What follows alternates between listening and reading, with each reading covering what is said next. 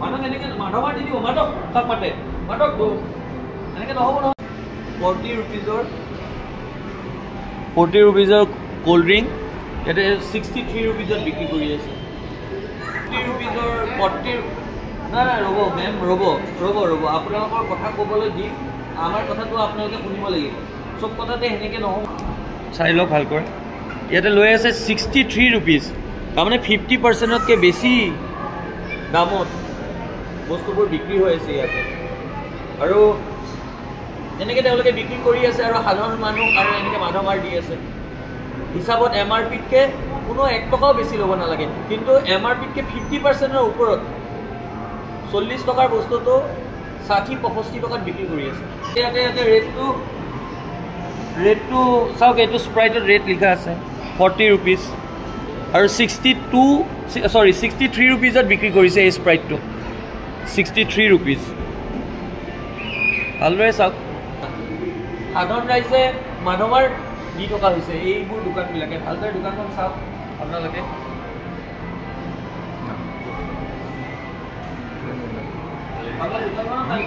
Cafe বমেৰী, cafe বমেৰী, ভালদৰে চাওক। আৰু এনেকৈ আৰু আপোনালোকৰ চব বস্তুৰ দাম বেছি বাইদেউ। কমপ্লেইন এটা আহিছে নহয় বাইদেউ, এইবোৰ বস্তু আপোনালোকে এনেকৈ যদি কৰে কিয় সেইখন দোকানত কেনেকৈ MRP দিয়ে আৰু আপোনালোকে কি কাৰণে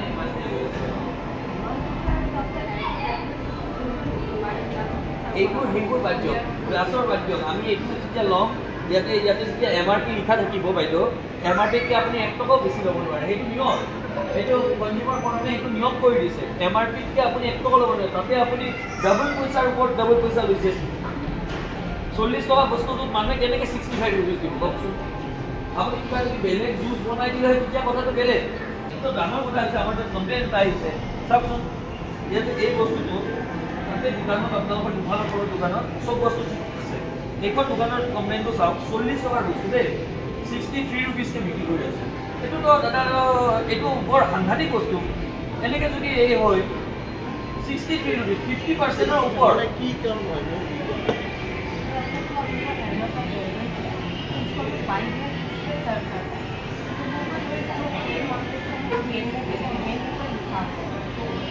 আপুনি শুনক বাইদেউ, আপুনি কি বুজাই লাভ নাই ইয়াতে, এইটো নুবুজে মানুহে এটা কথাই বুজিব, সেইকাৰণে আপোনালোকৰ তাত কাষ্টমাৰ নাহে।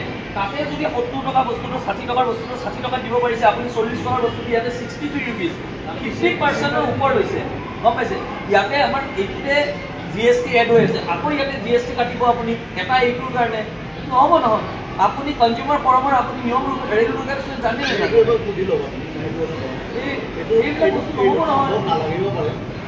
এওঁলোকে লৈ আছে নহয় ইমান মাহে বছৰে, নহ'ব নহয়।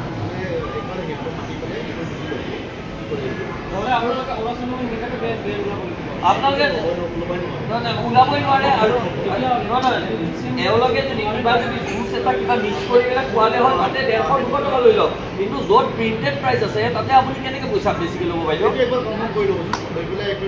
সেইকাৰণে আপোনালোকৰ তাতে মানুহ আহিব ভয় খায়। মানুহে নহ'লে আমাক লোকেলকৈ কৈছে, কমপ্লেইন দিছে যে দাদা আহি পেলাই চাওকচোন এইটো এনেকুৱা কৰি আছে। কালি আপুনি বহুত মানুহক এনেকুৱাই এই লৈছিলে, কোকো-কোলা দি কিবা লৈছিলে, মানুহবিলাকৰ 65 ৰুপিজকৈ লৈছে, কিন্তু 40 ৰুপিজত 65 কেনেকৈ দিব মানুহ কওকচোন?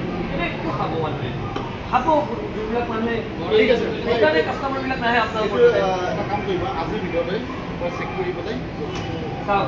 আপোনালোকে মোৰ প্ৰতিপক্ষ এইটো বস্তু কিন্তু চাব লাগে দেই।